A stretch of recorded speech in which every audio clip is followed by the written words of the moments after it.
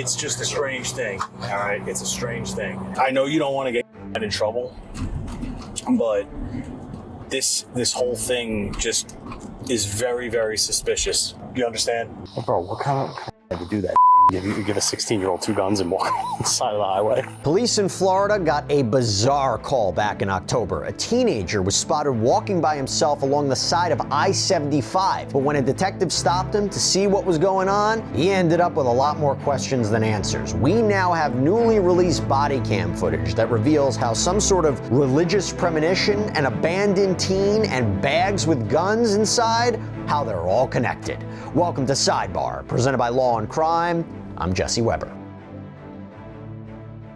By the way, as we're covering a story like this, I gotta say, staying on top of the news is so important for everyone out there, but the problem is, with all the media bias these days, who knows what to believe, right? That's why I want to introduce you to our sponsor, Straight Arrow News. So Straight Arrow News is a personalized news platform that gives readers fact-based journalism to inform and build trust. Its media mist tool, it shows readers headlines that are not seen in mainstream outlets. It provides useful commentary that cuts through all that sensational spin. Their site, their app, it also points out bias with their media landscape tool to group sources by political leaning for full transparency. So if you're ready for a better way to get the news, then go to san.com/sidebar. Just click the link in my description. This is Straight Arrow News. You skip the drama, you get the facts. Welcome back to trustworthy journalism. Well, this is certainly a strange story, to say the least. We go to October 1st, and a detective was dispatched to try to contact a young man who was walking along the side of I-75. This is an incredibly busy interstate in the Northport area in Florida.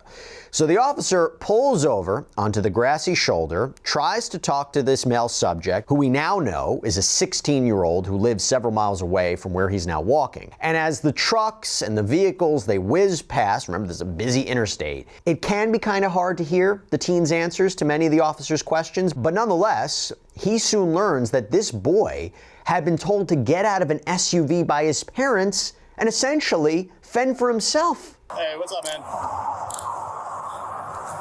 What's going on? On the highway? Come. Yeah, let's talk over here.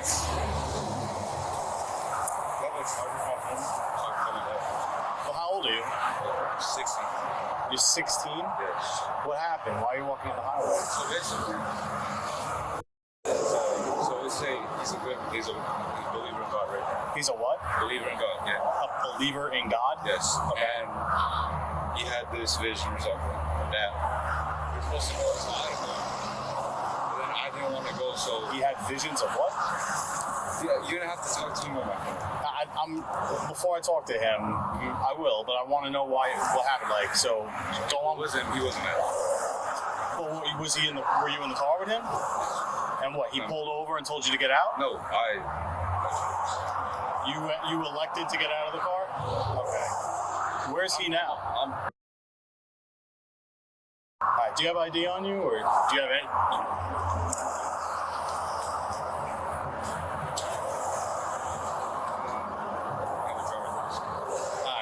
I can't let you walk. I'll give you a ride. So how did you end up here? You're 16. You asked to get out of the car. They pulled over and let you out.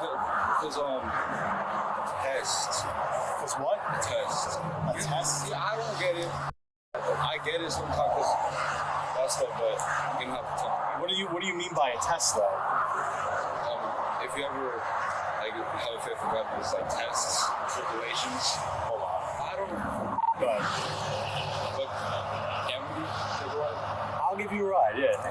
So listen, hold on. Before we go anywhere, you do understand, like, where you're 16 years old, you're walking on the side of the highway. I know. Okay. Why? I don't understand, what you're saying about this test. Let's put you up to this, or? It was basically yes. And he asked me if I wanted to go with him or with and I chose to do it.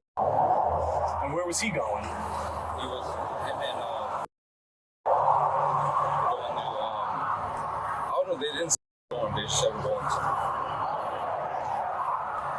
See, what's going on with this, man? See, you understand how this sounds, right? Yes, I know how it looks. And how it looks and how it sounds. Yes. Is there they didn't you per se, but you're 16 years old, okay? They left you on the side of the road to walk. It's dangerous. It's illegal. You can't do it. You're not in trouble or anything. You know, you're a juvenile. Like, people are called and concerned. Like, it's all. That's what I'm trying to figure out. Like, why would do this? Is what I'm trying to get at. Like, I don't understand the rationale where they would willingly pull the car off to the side of the road and let you out. Where did they go? They gave me everything. But where did they go? Like, they didn't tell me. They were on some. And this is where you live currently? Alright. Listen, I'll put you in the back. I'll let you sit in the back. I'll give you a ride. I have friends that also have an uncle That lives in or in somewhere else? Somewhere else. In Northport? Yeah. Where at? I have a friend. You want me to drop it there too? One thing at a time. One thing at a time. Let me first. Do you have anything else on you? Don't reach. I have a friend.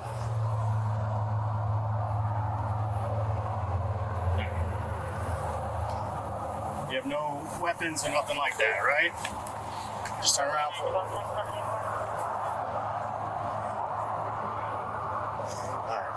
Alright, do me a favor. You can sit in the back seat, the air conditioning. You need to check this too? What for? Like anything? Yeah. No, I mean, unless you have something in there you're not supposed to have. It's more for weapons. You're not in trouble, all right? The first time being there. Just make sure you put the seatbelt on, all right? I'm going to take your bags and stuff and put them in the back, all right? Okay, Now, while the teen sits in the back of the patrol car, the officer quickly goes through the 2 bags that he's carrying. And it turns out there is a gun in each one of them. Why would Dad leave you with 2 guns?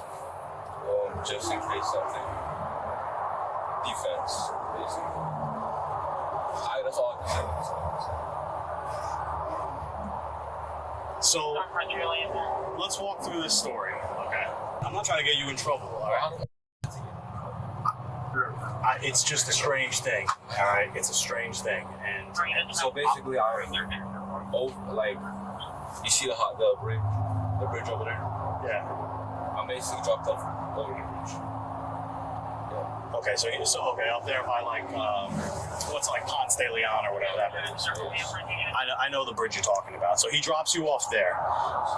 What does he say? He tells me that he loves me, and he says you are the chosen one or something, and then he tells me you're the one that pick stuff while he came back. While he's gone.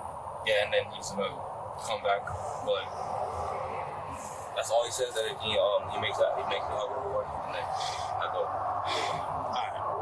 Give me a minute. Just hang out. You got good air conditioning all right back there? All right. Just hang tight. Watch your foot there. Okay, naturally, the detective then tries to get in touch with the teen's parents, 36-year-old Bradley Leon Guerrero Santos and 35-year-old Rosanella Mendola Borja. According to Northport Police, they and the teen were in a 4Runner. This was along with an 8-year-old sibling, by the way. And this is when Santos allegedly pulled over, gave him some cash, the guns, extra ammunition, and sent him on his own, on the side of the interstate. Now, unfortunately, when the officer calls the numbers that the teen has for his parents, he gets nowhere. Hi, Mr. Santos? Okay. Do you know Bradley?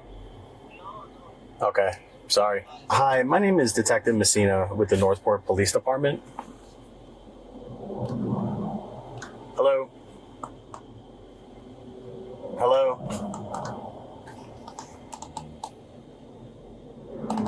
Hi, is this Rosanella? Hello?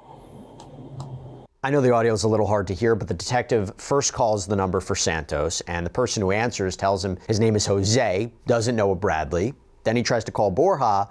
Someone answers, doesn't respond after he says his name, hangs up. The detective later wrote in his report that he was able to later confirm with a family member that that was in fact Santos's number. And as the patrol car heads towards the teen's home, the detective calls another officer to talk out what he knows so far. This is weird.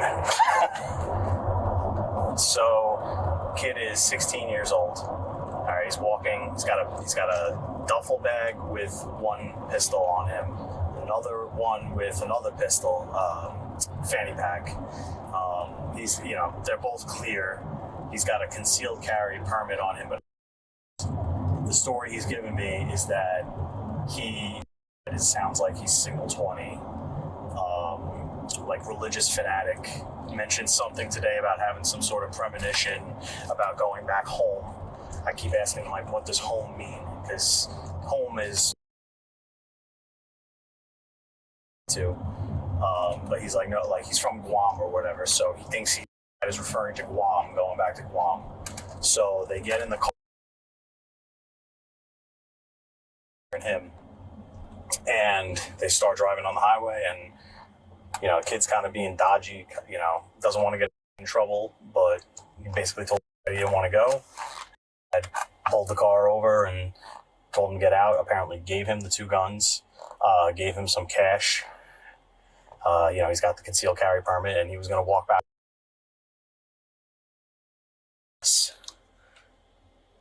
I mean, it's extremely weird. I tried to call.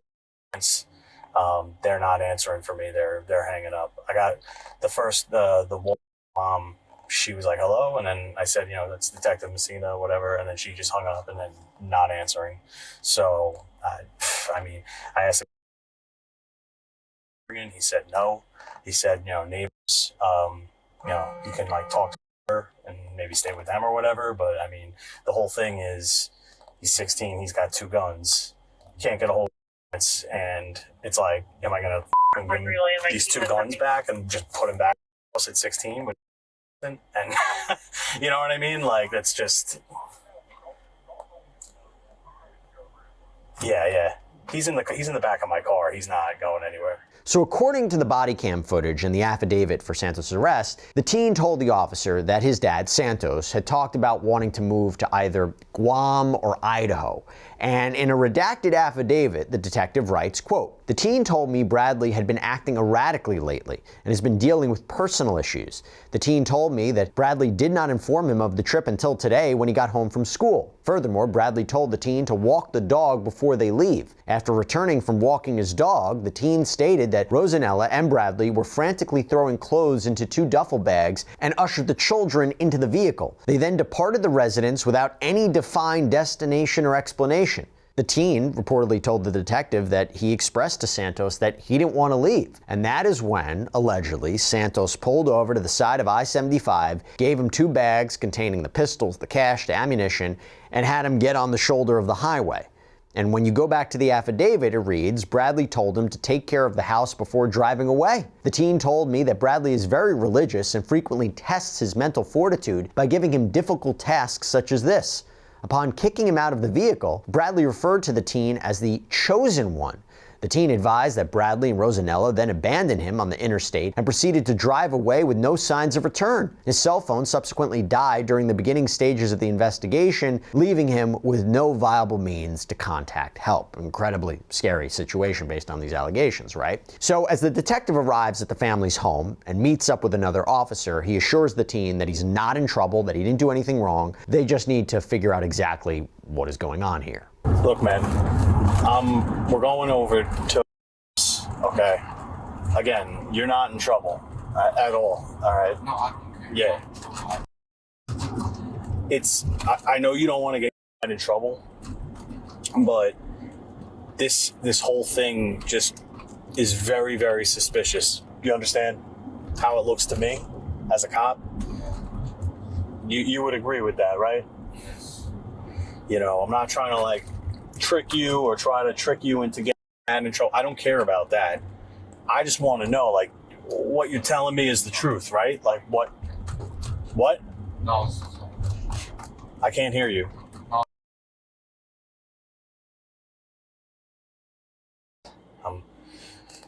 Well, listen, what you told me is the truth. Okay, there's no other story that, you know, you didn't take guns or anything like that? Okay. All right. Is this the first time this has ever happened? do I get to go to school tomorrow? No, I didn't hear what you didn't. No, I asked you, is this the first time this ever happened? Yes. Now, as the detective and the sergeant approached the home, It becomes immediately clear that the family left in a hurry, because according to the affidavit, it reads, upon transporting the teen back to his residence, the garage door to the residence was observed to be open, exposing the interior of the garage as well as the front door to the residence being left wide open, as if the family left in an abrupt hurry with no regard for their personal belongings. He left the garage like this? He said that whoever takes. Wait, All right. Just hang out for a second, all right? Like, garage is wide open, front door is wide open. Dude, this is so weird. I start seeing the guns. I'm like, what the is going on? 16-year-old.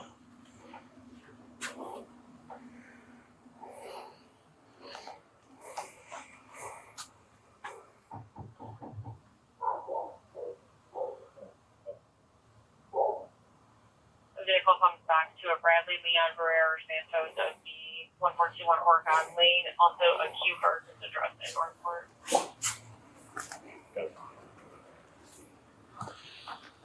Front door's wide open. Oh, bro, what kind of to do that? You give a 16-year-old 2 guns and walk on the side of the highway?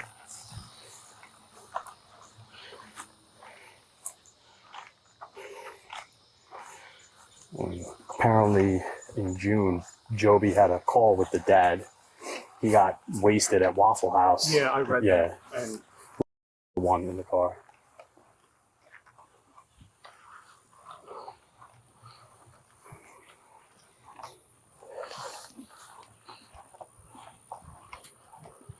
Sorry for 311 309.